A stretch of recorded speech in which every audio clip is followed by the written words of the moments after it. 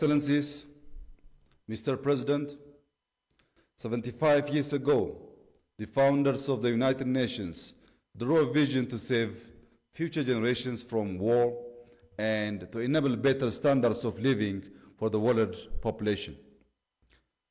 With such a vision, the UN not only managed to avert another tragic world war, but now delivers much needed support to humanity. We owe gratitude to the brave women and men working in various capacities within the UN system, advancing peace, contributing to the resolution of conflicts, and delivering much needed life-saving assistances. Mr. President, we are not, of course, oblivious to the many challenges and shortcomings of the UN, which will continue to elicit discussion and debate among policymakers, scholars, and the wider public.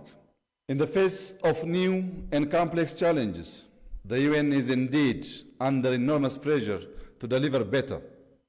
This is why it needs to evolve and adapt with the new global realities to make itself fit for purpose. Mr. President, the year 2015 was indeed an important year for the UN with the landmark adoption of concurrent resolutions by the Security Council and the General Assembly, which created a great sense of hope and optimism for multilateralism. However, these achievements are now under serious threat of setback over rising geopolitical tensions. At a time when the world needs global leadership and collective action to tackle complex challenges, the ongoing standoff in Security Council is undermining the UN and the organ's credibility.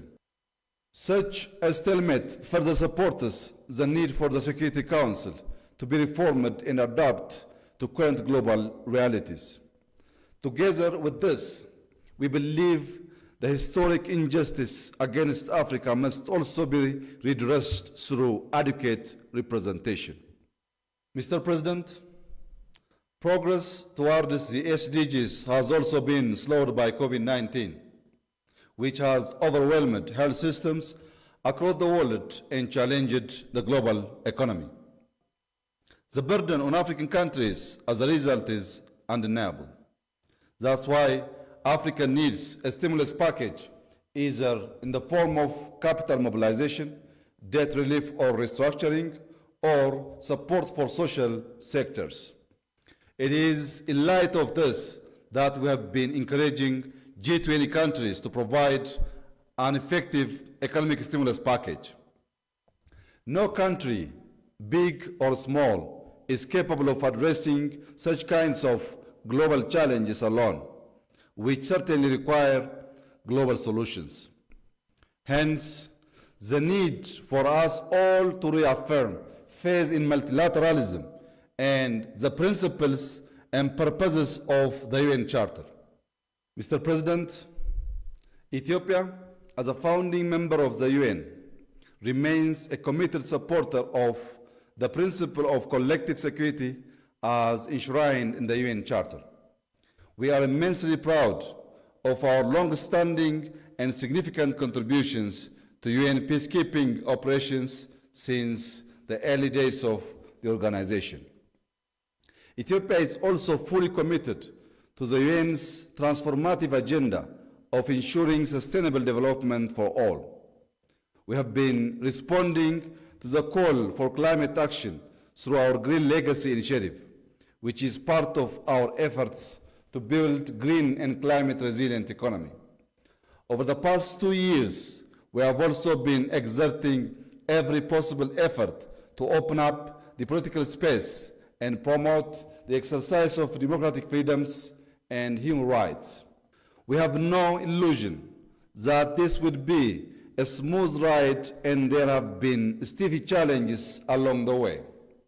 Rest assured that we remain committed to the objective of democratization, and we will pursue our reform efforts with all the necessary political commitment to achieve a successful transition and hold peaceful and credible elections.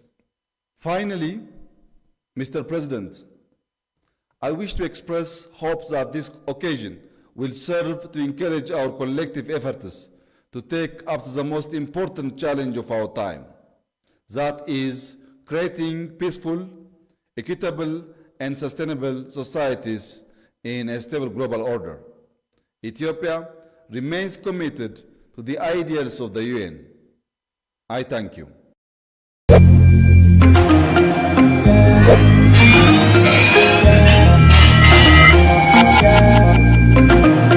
Yeah.